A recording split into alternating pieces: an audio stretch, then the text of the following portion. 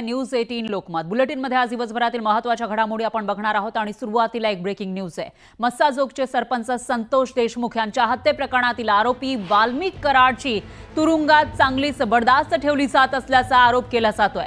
कराडने तुरुंगामध्ये mutton party केल्याचा दावा भाजप आमदार सुरेश धस यांनी केलाय। तर धसांनी मस्साजोगमध्ये जाऊन देशमुख कुटुंबियांची भेट घेतली। यावेळी देशमुख कुटुंबियांनी त्यांच्याकडे काही पुरावे दिल्याचंही त्यांनी सांगितलंय। त्यानुसार देशमुख हत्याकांडातील आरोपींना तुरुंगात VIP ट्रीटमेंट दिली जाते। कपड्यांची बॅग, वेळच्या वेळी चहापान एवढंच नाही तर मटनही पुरवलं जात असल्याचा गंभीर आरोप त्यांनी केलाय। या संदर्भात आपल्याकडे पुरावे असल्याचंही त्यांनी सांगितलंय। देशमुख यांनी विथ टायमिंग जेलमध्ये वाल्मिक कराड आणि त्यांचे सहकारी यांना कशी VIP ट्रीटमेंट दिली जाते याचे जवळजवळ 13 उदाहरणं हे माझ्याकडे लेखी स्वरूपात दिलेले आहेत आणि ते मी तुम्हाला सुद्धा PDF करून पाठवून देईल। इतकी VIP ट्रीटमेंट जर इतक्या बेकार घटनेमधल्या लोकांना दिली जात असेल तर लोकांना बाहेरच्यापेक्षा जेलच बरं वाटेल। त्यांना वेळेवर चहा आणून देणे, त्यांच्याबरोबरच्या बॅग आत जाऊन देणे। बॅग असते का कुठं? आरोपी बरोबर आतमध्ये मोठी लट बॅग घेऊन जात आहेत, कपडे बदलायचे जात आहेत आणि काही वेळा तर त्यांना मटण पुरवल्याचे सुद्धा पुरावे त्या ठिकाणी सापडलेले आहेत। या संदर्भातले काही व्हिडिओ किंवा CCTV व्हिडिओ नाही, त्यांनी जे माहिती कलेक्ट केलेली आहे ती विथ टायमिंग केलेली आहे। या जेलमधल्या ज्या लोकांनी ज्या कर्मचाऱ्यांनी त्यांना VIP ट्रीटमेंट दिलेली आहे त्यांचं सगळ्यांचं सस्पेन्शन आम्ही मागणार आहोत। दरम्यान सुरेश धस यांनी धनंजय मुंडे आणि यांनी संतोष देशमुख हत्या प्रकरणामध्ये काही पोलीस अधिकाऱ्यांच्या भूमिकेवर संशय व्यक्त केला आहे। एकीकडे आहे सुरेश धस भाजपचे आमदार तर दुसरीकडे संतोष देशमुख यांचे बंधू हे सुद्धा याविषयी आता संशय व्यक्त करताना दिसत आहेत। पोलीस अधिकाऱ्यांच्या भूमिकेवर संशय व्यक्त करतायत। भाजप आमदार सुरेश धस यांनी मस्साजोग गावात जाऊन संतोष देशमुखांच्या कुटुंबियांची भेट घेतली होती। यावेळी त्यांनी देशमुख कुटुंबासह मस्साजोगच्या ग्रामस्थांशी चर्चा केली। दरम्यान संतोष देशमुख हत्या प्रकरणातील आरोपींना जेलमध्ये VIP ट्रीटमेंट दिली जात असल्याचा आरोप सुरेश धस यांनी केला। तर जेलमध्ये वाल्मिक कराडला मटण पुरवलं जाते, बॅगही पुरवली जाते असा आरोपही धसांनी केला होता आणि मस्साजोगमधील ग्रामस्थांच्या मागण्या घेऊन आपण मुख्यमंत्री फडणवीस यांना भेटणार असल्याचंही सुरेश धस यांनी सांगितलंय। महाजन आणि पाटील हे 100% तपास केल्याच्या नंतर हे दोन्ही अधिकारी हे सहआरोपी होण्याच्या बेतात आहेत, सहआरोपी होतील आणि यांना सहआरोपी करावं अशी मस्साजोगकरांची, नुसत्या मस्साजोगकरांची नाही तमाम केस तालुक्यातल्या सगळ्या लोकांची ही मागणी आहे, इच्छा आहे। आता 307च्या फरार आरोपी बरोबर जर पोलीस स्टेशन मधले लोक गप्पा मारित असतील तर मग यांच्याबद्दल काय होणार आहे?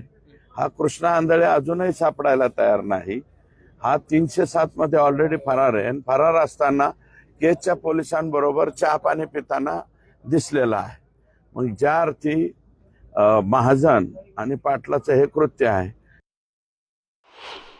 CID कडे जो तपास दिला त्या CID कडे तपास दिल्यानंतर या केस पोलीस स्टेशननं इतकं निष्क्रिय काम का केलं? एकही पुरावा एक माणुसकीच्या नात्यानं DYSP असतील जे कोणी तिथं अधिकारी असतील त्यांनी द्यायचा प्रयत्न केला नाही। समाजातून सगळे पुरावे आले, दुर्दैव आहे ते अत्यंत। जर समाजानं काही पुरावे दिले नाही तर आरोपी निर्दोष सुटण्यासाठी ह्यांची मदत दिसत होती। आरोपी हे पोलिसांनी तयार केलेले आहेत। कृष्णा आंधळे हा फरार फक्त लोकांसाठी कागदोपत्री होता, परंतु तो एका राष्ट्रवादीच्या कार्यालयात सर्रास ही काळ्या कलरची जी गाडी होती माझ्या भावाला ज्याच्यात अपहरण केलं ती गाडी त्या ऑफिस समोर ठेवून हे त्या ऑफिस मध्ये सर्रास बसायचे आणि हे फक्त आरोपी हे आमच्या कुटुंबासाठी, आपल्या समाजासाठी किंवा ह्या गोरगरीब लोकांसोबत ज्याच्यासोबत अन्याय केले त्याच्यासाठी हे आरोपी आहेत। हे पोलिसांचे मित्र होते। दरम्यान भाजप आमदार सुरेश धस यांनी गोपीनाथ गडावर जाऊन गोपीनाथ मुंडे यांच्या समाधीचं दर्शन घेतलं। गोपीनाथ मुंडे यांचं मन खूप मोठं होतं।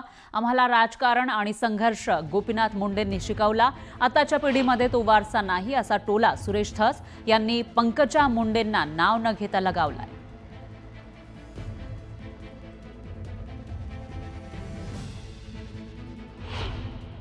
आणि आम्हाला जे राजकारण शिकवलं, कुठे वाकायचं, कुठं झुकायचं, कोणाबरोबर कधी पाया पडायचं किंवा राजकारणामध्ये कशा पद्धतीने संघर्ष करायचा, हे सगळं आम्हाला गोपीनाथरावांनी शिकवलं. पण त्याच्यानंतरच्या पिढीमध्ये तसं वारसा पाहायला मिळतो का? नाही, वारसा पाहायला मिळत नाही. वारसा पाहायला मिळत नाही.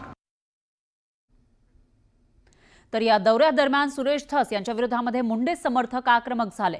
परळीमध्ये मुंडेंच्या समर्थकांनी काळे झेंडे दाखवून सुरेश धस यांच्या गाडीसमोर घोषणाबाजी केली. या घोषणाबाजी करणाऱ्या समर्थकांना पोलिसांनी ताब्यात घेतलं. त्यानंतर सिरशाळामध्ये सुरेश धस यांच्या विरोधामध्ये मुंडे समर्थक आक्रमक झाले, तर धस यांच्या विरोधात पुन्हा एकदा घोषणाबाजी करण्यात आली. सुरेश धस यांच्या ताफ्यावर दगडफेकही करण्याचा प्रयत्न झाला, पण पोलिसांनी वेळीच आंदोलकाला पकडलं, त्यामुळे पुढील अनर्थ टळला.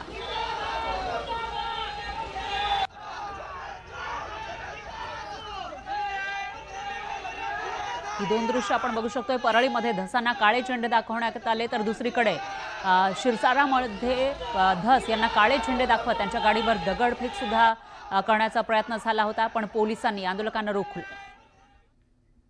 पाहूयात पुढची मोठी बातमी. कृषी मंत्री माणिकराव कोकाटे यांना कोर्टानं 2 वर्षांची शिक्षा सुनावलेली आहे. त्यानंतर त्यांचं मंत्रीपद धोक्यात आल्याची चर्चा सुरू झाली. कोकाटेंच्या राजीनाम्याची मागणी करत विरोधकांनी आक्रमक भूमिका घेतली आहे. तर कोर्टाच्या आदेशाची प्रत विधिमंडळ सचिवालयाला प्राप्त झाल्यावर अपात्रतेच्या संदर्भात पुढील प्रक्रिया केली जाईल, असं विधानसभा अध्यक्ष राहुल नार्वेकर यांनी स्पष्ट केलंय. यावरून विरोधकांकडून जोरदार हल्लाबोल केला जातोय. वर्षभरापूर्वी राहुल गांधींना मानहानीच्या प्रकरणामध्ये कोर्टानं शिक्षा ठोठावली होती. त्यानंतर लगेच दुसऱ्या दिवशी लोकसभा सचिवालयानं त्यांची खासदारकी रद्द करण्याची अधिसूचना काढली होती. तर सुनील केदार यांनाही कोर्टानं शिक्षा ठोठावताच त्यांची आमदारकी तात्काळ रद्द करण्यात आली होती. मग माणिकराव कोकाटे यांच्या बाबतीमध्ये वेगळा न्याय आणि विरोधी पक्षाच्या नेत्यांसाठी वेगळा न्याय कसा, असा सवाल विरोधकांकडून केला जातोय. या संदर्भात संपूर्ण कायदेशीर प्रक्रिया पाळली जाणार आहे. सुनील केदारांच्या संदर्भात पण संपूर्ण कायदेशीर प्रक्रिया पाळली गेली होती आणि त्यानंतर योग्य ती कारवाई केली होती. घटनेत दिलेल्या तरतुदीनुसारच कारवाई केली गेली होती आणि ह्या संदर्भातही घटनेत दिलेल्या तरतुदी आहेत आणि या संदर्भातले जे नियम आहेत. कृषी मंत्री कोकाटे यांच्या संदर्भातील निकालाची प्रत जोपर्यंत मिळत नाही तोपर्यंत आम्ही अपात्रतेची कारवाई करणार नाही, असं नार्वेकरांनी म्हटलं. त्यांना मिळाली नाही का? त्यांना जर मिळाली नसेल तर आम्ही पाठवून देतो. सगळ्या मीडियामध्ये आहे. पण न्याय हा सगळ्यांसाठी सारखा नाही.